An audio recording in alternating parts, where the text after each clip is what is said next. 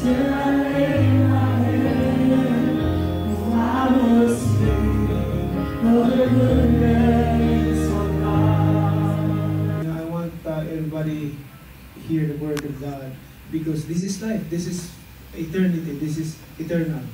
You know, all that we have in this world, material things, fame, whatever that you have, like whatever your position is, that's, you know, not just temporary. Yes. But these things, the Word of God is alive and forever. Amen. And this is, we're talking about the eternity, eternal life. Where are we going to spend our eternity? Eternal suffering or eternal happiness?